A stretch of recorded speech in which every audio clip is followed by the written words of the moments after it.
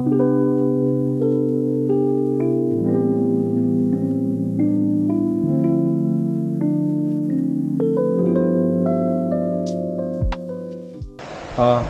guys. Ngayon, pinagkahandaan na ako ng aking asawa kasi alis na ako.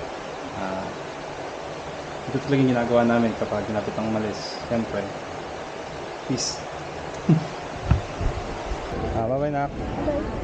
Bye. Papakabit ka ha.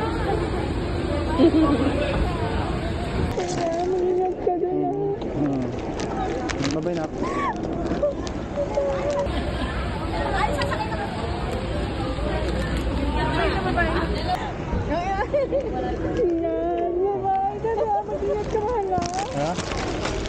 Isa pa.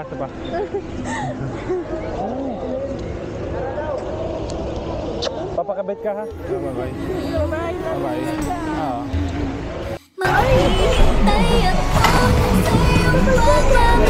Wait lang.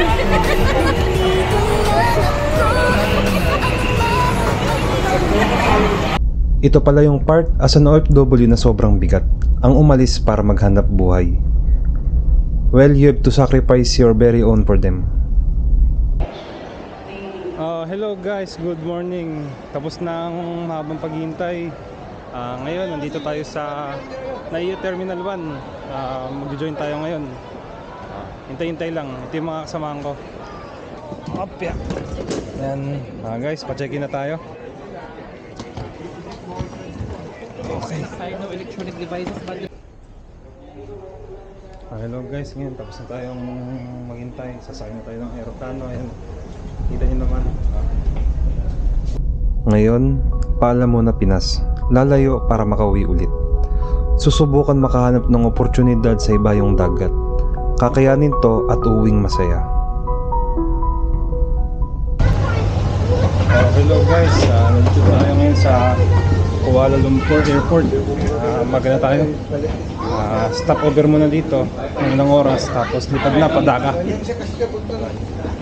Hello guys, ngayon nandito tayo ngayon sa airport pa din sa Malaysia. Naimbitahan tayong mag-stay muna saglit dito sa Golden Lounge nila para mag-stopover. Maya aalis na rin tayo. Peace!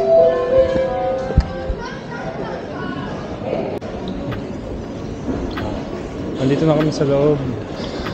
Sabi nung front desk, eat all you can daw dito. Kaya mapalaban talaga ng gusto. Ayan, nakahandaan na.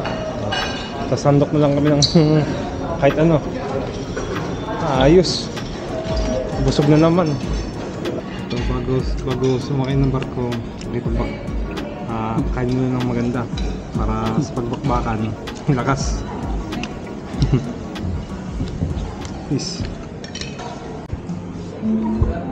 Hello guys, so bago kami sumampa ng barko, ito muna kapunan dito sa hotel para may gana sumampa. Peace. Ngayon nandito tayo sa hotel room natin. Kakatapos lang namin kumain, syempre busog. Ngayon makakapagpahinga na at makakapaghanda na rin para sa pagsampa namin ng barko bukas. Syempre kailangan ng lakas, kailangan ihanda yung sarili.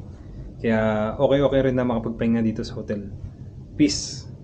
Nag-iisip pa rin ako kung ano ang naghihintay sa akin sa barko kahit alam ko na ang sagot. Trabaho.